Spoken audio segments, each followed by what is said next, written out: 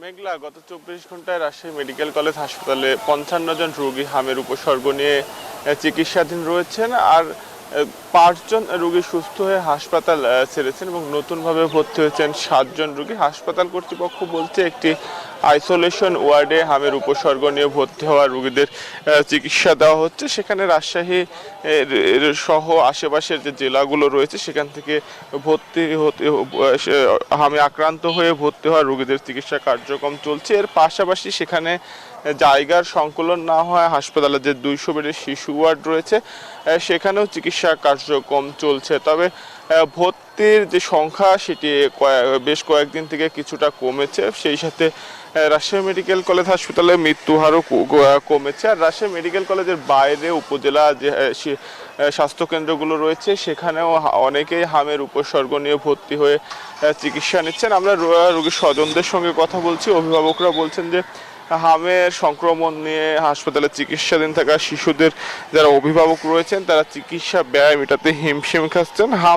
হামের উপসর্গ নিয়ে ভর্তি হওয়ার পরে নানা ধরনের রোগ বাড়ছে শিশুদের, যে কারণে খরচও বাড়ছে।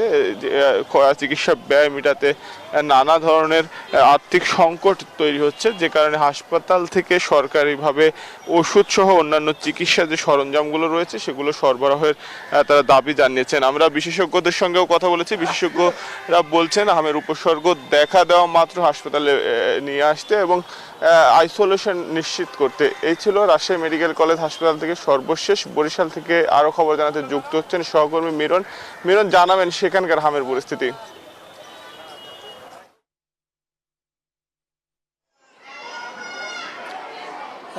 মুর্তজা, আপনি যেমনটা জানাচ্ছিলেন রাজশাহীতে হামের উপসর্গের তথ্য, আমি আছি বরিশাল শেরেবাংলা মেডিকেল কলেজ হাসপাতালে।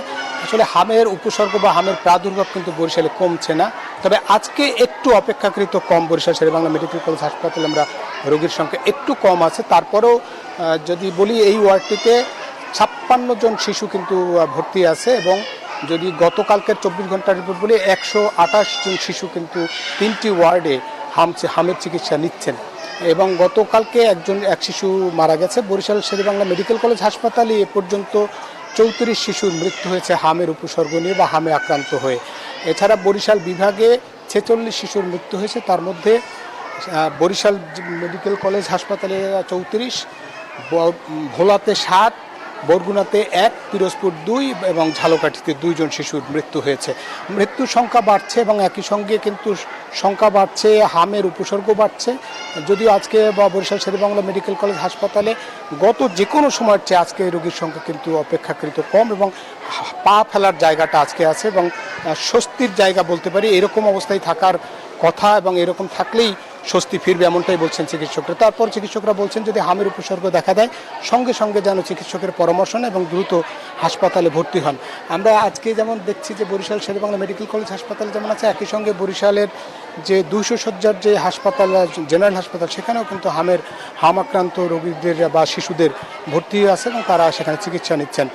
সব মিলে বরিশাল বিভাগের চিত্র যে কোনো সময় বা যে কোনো বিভাগের চেয়ে একটু বেশি, এমনটাই বলছেন।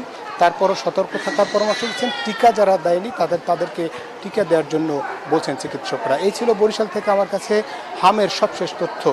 ফিরছি স্টুডিওতে।